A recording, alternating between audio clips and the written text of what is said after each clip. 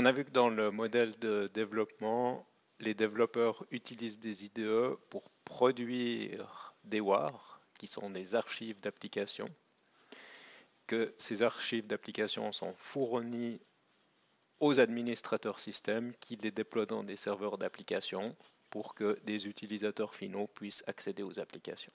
Donc, dans ce webcast, on va se concentrer sur cette partie de l'architecture et on va regarder comment on peut utiliser des serveurs d'application et comment vous allez pouvoir les utiliser dans l'environnement qu'on vous a préparé pour le cours. Je vais passer dans le terminal et puis je vais aller dans ce projet que j'ai appelé AMT Discovery et on va regarder ce qu'on vous met à disposition. Donc, au premier niveau, on voit qu'il y a 3 dossiers. Il y a un dossier images qui contient des images Docker. On a un fichier SRC qui va contenir le source de nos applications de démonstration. Et puis on a ici ce dossier topology-amt qui contient une topologie Docker. Alors ça c'est quelque chose de nouveau par rapport au cours RES. Et on va voir à quoi ça correspond. L'année passée, dans le cours RES, on avait travaillé avec des images Docker et vous vous souvenez qu'on pouvait créer plusieurs images et qu'une fois qu'on avait une image, on pouvait démarrer des containers, donc on pouvait instancier des images. Et on avait fait des images pour nos serveurs Apache, pour nos applications Node.js, pour nos reverse proxy. Donc, dans le cadre du cours AMT, on va utiliser des images. On va commencer par utiliser une image qui exécute le serveur d'application Glassfish, une deuxième qui exécute le serveur d'application Tomcat et une troisième qui exécute le serveur d'application JBoss Wildfly. Plus tard, on introduira une image MySQL quand on aura besoin de stocker des données. Ce qu'on avait fait l'année passée, c'est qu'on utilisait des commandes pour lancer les containers à la main. Vous vous souvenez qu'on faisait des Docker run assez souvent pour lancer des containers. Alors, c'est possible, mais c'est un petit peu embêtant. Et quand on a des applications qui sont composées de plusieurs containers, typiquement j'ai besoin d'un serveur d'application, d'une base de données, d'un reverse proxy, etc., c'est dommage de devoir taper toutes ces commandes à la main. Et donc, ce qu'on va utiliser cette année, c'est un autre outil de la famille Docker. C'est un outil qui s'appelle Docker Compose. Docker Compose, en principe, est installé avec les outils Docker quand vous faites les installations sur votre système d'exploitation. Donc, en principe, vous devriez l'avoir. Comme tous les outils Docker, l'aide interactive est très bien faite, donc vous pouvez faire des Docker Compose -help, et puis vous aurez une description des différentes commandes. Dans ce webcast, on ne va pas décrire toutes les commandes, on va utiliser uniquement une ou deux de ces commandes, mais vous êtes encouragé à aller regarder dans la documentation pour avoir plus de détails. Alors, quelle est l'idée de Docker Compose? C'est assez simple. L'idée, c'est d'écrire un fichier, ce docker compose.yml pour YAML, et puis dedans, vous voyez que vous avez une liste de services. Donc ici, ce que je dis, c'est mon application, elle est composée d'un réseau de containers, et donc quand je vais démarrer mon application, je veux démarrer plusieurs containers. Si on regarde ce cas particulier, on voit qu'on dit qu'on utilise 3 containers et pour chaque container, on indique où se trouve la source. Donc si Docker Compose veut construire l'image, il va savoir où trouver le fichier Dockerfile qui décrit l'image en question. Il y aurait une alternative qui serait ici de directement mettre le nom de l'image Docker. Mais comme on fait de la customisation d'image, on a préféré ici pointer vers un Dockerfile. Deuxième chose qu'on spécifie ici, c'est le port mapping. Vous vous souvenez que ça, c'est des choses qu'on faisait à la main. On passait des arguments à la commande Docker Run. Eh bien, ici, on le met dans le fichier de configuration. Il y a beaucoup d'autres choses qu'on pourrait faire dans ce service. On pourrait configurer les volumes. On pourrait passer des variables d'environnement. On pourrait déclarer des dépendances d'un container vers l'autre. Par exemple, on pourrait dire que le serveur d'application a une dépendance vers la base de données, ce qui permettrait de contrôler l'ordre de démarrage. Et puis, on peut même dire que certaines images, certains services doivent être instanciés plusieurs fois, si on veut avoir de la montée en charge et de la distribution de requêtes sur plusieurs services. L'objectif ici est de garder les choses simples, puisque ce qu'on veut, dans un premier temps, c'est simplement démarrer des serveurs d'application Java EE pour pouvoir s'y connecter et voir à quoi ils ressemblent. Je vais revenir dans mon terminal et je vais utiliser la commande docker compose up.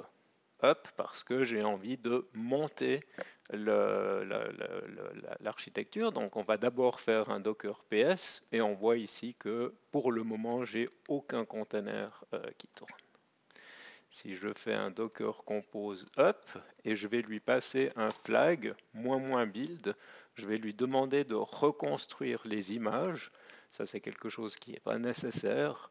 Mais si vous faites des modifications dans les fichiers Dockerfile, pour que ces modifications soient prises en compte, vous voulez lui passer le paramètre -build.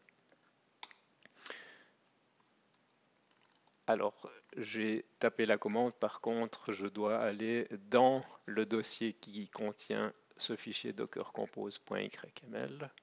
Donc, je vais relancer la commande et on voit ici que la machine se met en route. Alors, sur ma machine, ça va vite, puisque j'ai déjà exécuté cette commande. Donc, toutes les images de base qui contiennent les binaires des serveurs d'application sont déjà sur ma machine. Quand vous allez lancer cette application sur votre machine, la première fois, ça va prendre un peu de temps. Si on regarde le log, on voit qu'il y en a certaines lignes qui sont préfixées avec Wildfly, d'autres avec Glassfish. Si on regarde, on voit qu'il y en a d'autres encore avec Tomcat. Et ces chaînes de caractères correspondent au nom de nos services. Donc j'ai ici un log centralisé de mes 3 containers.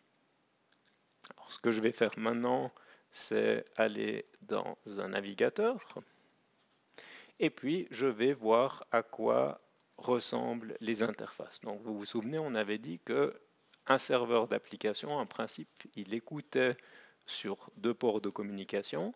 Il y a le port sur lequel il donne accès aux applications et puis il y en a un autre qui l'utilise pour l'interface d'administration. Alors, je vais commencer par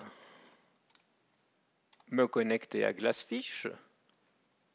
Donc, je me connecte sur mon Docker Machine, sur le port 8080, et je suis ici du côté application. On n'a pas encore déployé d'application, c'est pour ça que j'ai ce message par défaut.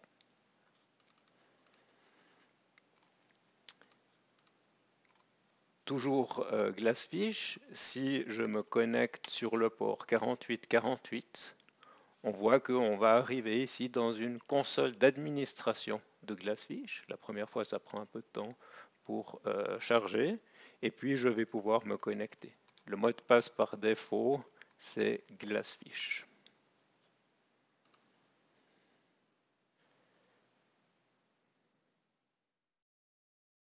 Je suis ici sur la console d'administration du serveur Glassfish. Qu'est-ce qu'on va faire dans cette console? On va typiquement, ça on va le faire assez souvent, configurer les connexions en base de données. On va regarder les applications qu'on a déployées. Pour le moment, il n'y en a aucune. Et puis, on va aussi pouvoir accéder au monitoring et aux journaux, au système de log. Je vais continuer mon exploration et je vais maintenant me connecter sur le port 9090. J'arrive du côté application sur le serveur Wildfly et si je clique sur ce lien, on voit que je suis sur le port 9990 et je suis sur la console d'administration de Wildfly. De nouveau, j'ai accès à du runtime, à de la configuration et le déploiement. Pour le moment, j'ai encore aucune application. Dernière chose, je vais me connecter sur le port 7070 et j'arrive maintenant sur Tomcat du côté des applications. Et ici, c'est un petit peu différent. Je ne vais pas avoir un autre port de communication, mais j'ai cette application manager que je vais pouvoir utiliser pour déployer des applications. Donc, au premier coup d'œil, ce qu'on voit, c'est que Glassfish et Wildfly ont une interface utilisateur d'administration qui est un petit peu plus soignée. Tomcat, c'est un peu plus brut. Par contre, si vous regardez ce qui est utilisé aujourd'hui, beaucoup d'entreprises utilisent Tomcat parce que c'est un serveur d'application qui est très léger. Ce n'est pas un serveur d'application qui est complètement conforme à la norme Java EE, on aura l'occasion d'en reparler, mais pour beaucoup d'applications, il est suffisant. Donc, il ne faut pas se fier à ce look and feel un petit peu simple et un peu brut pour dire que le produit n'est pas sur pied d'égalité avec Glassfish et Wildfly.